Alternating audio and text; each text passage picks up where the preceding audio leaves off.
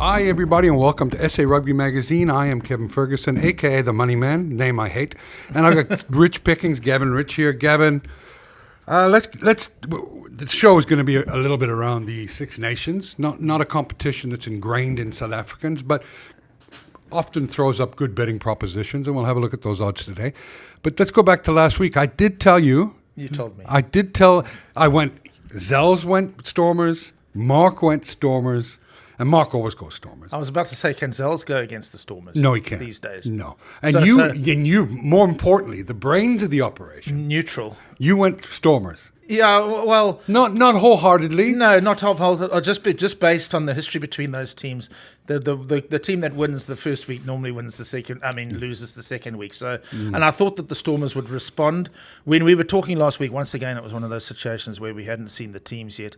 And then when I saw the team and I saw the Sharks, remember I thought that the Sharks had injuries because that's how JP Peterson was talking about after the game. He was saying that he had all his loose forwards missing. So I expected Pepsi Buthelezi to be missing. I expected Sia to be missing, and they were all there. In fact, they were a stronger team. But they were a stronger team at Kings Park than they were in Durban, in Cape Town. And it took back to what I felt initially when I first saw the Sharks team for Cape Town. I remember thinking, well, they're saving everything for Durban. Durban's their big effort game. And it was like that. They had Ox back as a starter, where he's been off the bench in Cape Town.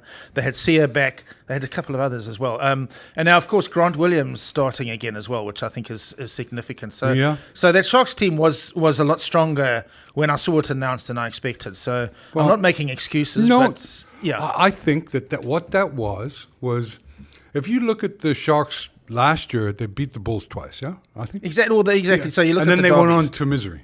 Yeah, they're Derby. They're Derby team. And this is the one caveat I'll have. I think that JP Peterson's doing a great job. I think he's got a lot right at the moment. I did a big column this morning talking about what JP's got right, and there's a long list of them.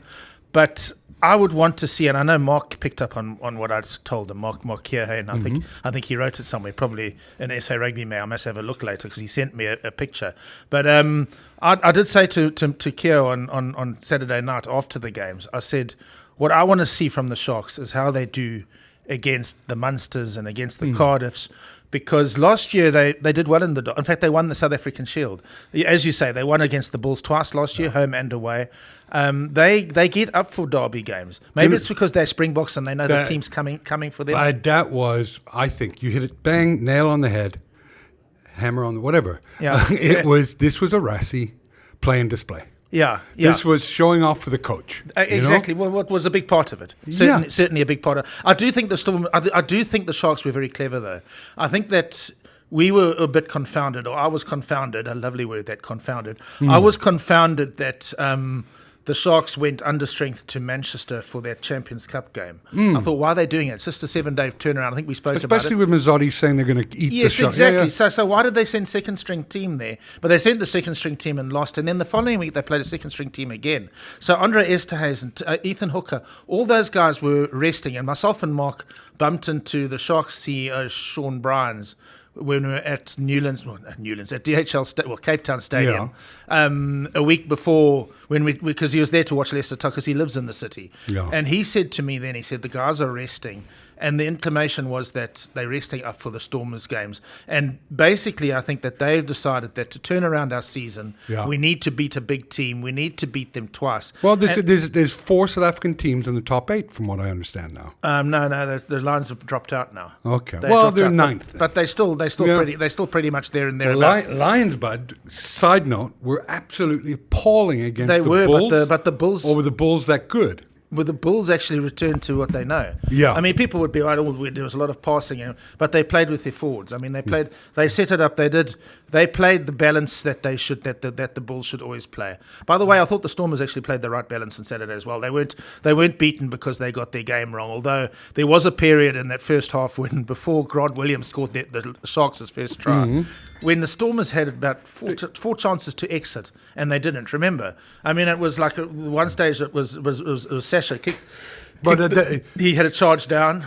And then they ran the ball behind the line, and Dylan Mott got caught in the corner. I mean, there were so many errors there, and I was thinking, guys, you've got a Springbok scrum half in Kobus Reinach, you've got a Springbok flower half in Sacha Feinberg and Goma Zulu, and the fullback on the day was Damien Willem, so who's also the Springbok starting fullback. How can you not exit?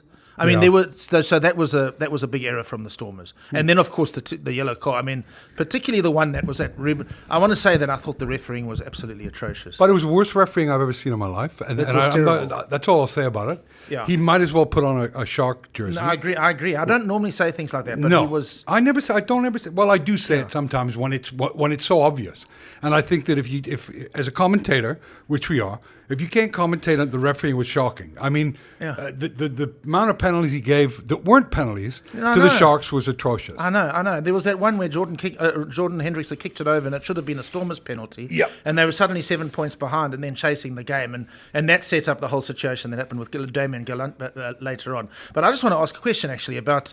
I mean, they're supposed to be removing the TMO a bit from the game, so they're giving the referee more control and to referee on what. Well, that what referee shouldn't have control. So how is that one where Andre Smith scored that try? Where he decided, remember initially he said on field it's a try, but I want to see why the hole opened up. Do you remember? He said, is that where we're going to go in rugby now? Because there's always a hole opening up, otherwise people would never score. So he says, I need to see where the hole opened up, and we went all the way back. So far from saving time, he ran across the field to have a look at the big screen, and then he decided, no, it's no try on the basis that Neertling Fashy, the Stormers prop, was tackled without the ball by, I think it was Pepsi. And how is it Neertling Fashy's fault that he got tackled without the ball? Well, I could not understand that decision. No, I look. That should have been a try. Either could the people that were watching the game that I was watching, same game. Yeah. But I'm going to make a statement here, and you give me some feedback on this. I think the Stormers' current problems are down to purely Sacha Feinberg being appointed captain, whatever the ego is, I don't know the young man, so I can't comment on any of his characteristics. What I can comment on is that he was not anywhere. He was probably one of the worst players on the field on Saturday, kicking aimlessly, emotionally invested in the game. I mean, I was like, what in God's name? I think he's a year too soon to be appointed captain of any team. I would agree about the captaincy thing. I would definitely agree with the captaincy thing. But when you're talking about Sasha, there is never a game where he doesn't make a massive contribution. And those two penalty kicks just before halftime was what actually gave the Stormers any hope in that game. Yeah. Well, that one from inside his own half. And that's the thing with Sasha. I mean, he was missing the close ones. It reminds me a bit of Frans Steyn sometimes. Remember Frans Steyn used to smash them over from inside his own half, and then he would miss one from. And Sasha's developed that tendency. But no, look, I mean, I just think that Sasha, it's brilliant that he's with the Stormers until 2029. Yes. He's going to win them trophies. Make no mistake. Yeah, you've said that a couple times. He's going to come pretty close to winning them trophies. But I've always said it's not right now. It's not right now. He still needs to develop. And Dobbo making him the captain, when I think Dobbo knows as well as anybody that Sasha often doesn't follow the script. No, to me made no sense. But I wouldn't put it down to Sasha. I think it's a. I mean, it would be unfair to blame it. Hold on a second. He didn't have a good game. No, he didn't have a good game. Okay, he kicked a couple of 55-meter kicks. He didn't have a good game in Cape Town either, although he set up the two Stormers tries. Okay, yeah. But I'm just saying... Which illustrates my point, that he always contributes something. But I know the Bulls are playing the Stormers soon, and if you go on form, there's problems in the Stormers, and the problems come from leadership. Yeah? So Sasha signs a massive contract, I assume. Yeah? Yes, he did. Yeah? Yes, he did. He becomes the captain. Yeah. He's the highest paid player there. Yeah. He's young. He's good. He's dynamic. He's everything. He's a supermodel, for Christ's sakes.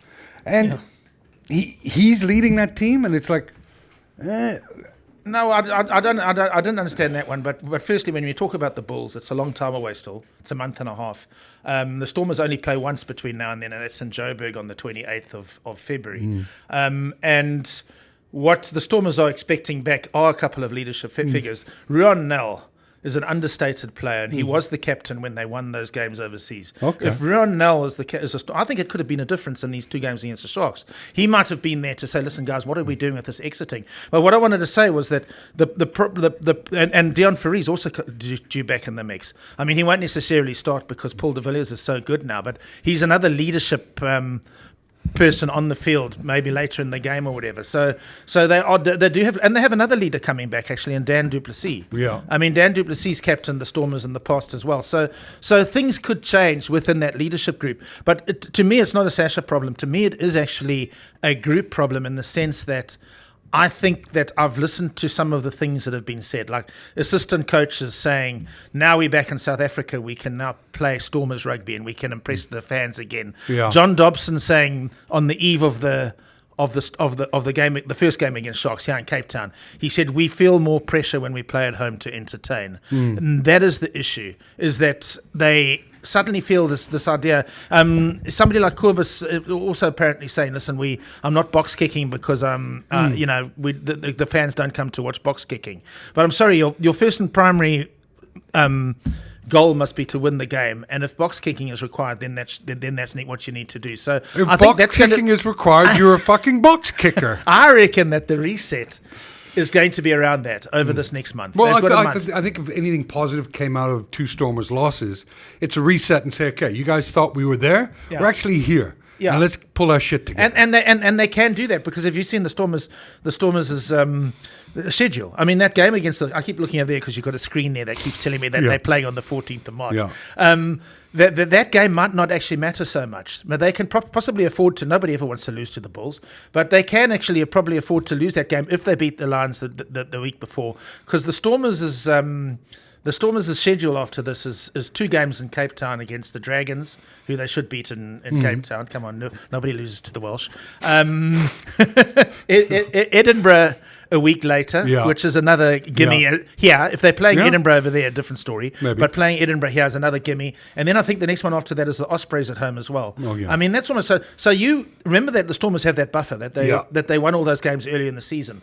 So the Stormers win 3 games in a row now, and then I think they play Glasgow Warriors, and that will be a huge game. Where's that game? No, here. Okay. Yeah, All right. So they're playing Glasgow Warriors. So I think that's going to be, mark my words, going forward, that's going to be one of the big games of the Storm. They haven't beaten Glasgow Warriors since their first season.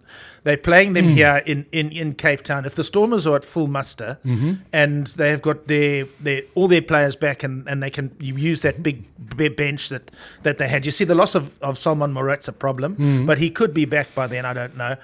If the Stormers are at full muster and they play against Glasgow and they need to win to get top of the log or something, I wouldn't bet against them by then. I mean, coming to South Africa, the Warriors, I know they won that final against the Bulls a few years ago, but they have tripped up a few times. They got smacked by the Lions at Ellis Park once. You know what the Stormers actually need, though, Kevin, as well, is they need what we were talking about earlier, is the Sharks mustn't just get themselves up against South African teams. Munster, who are also challenging for a top 4 spot, visit Kings Park.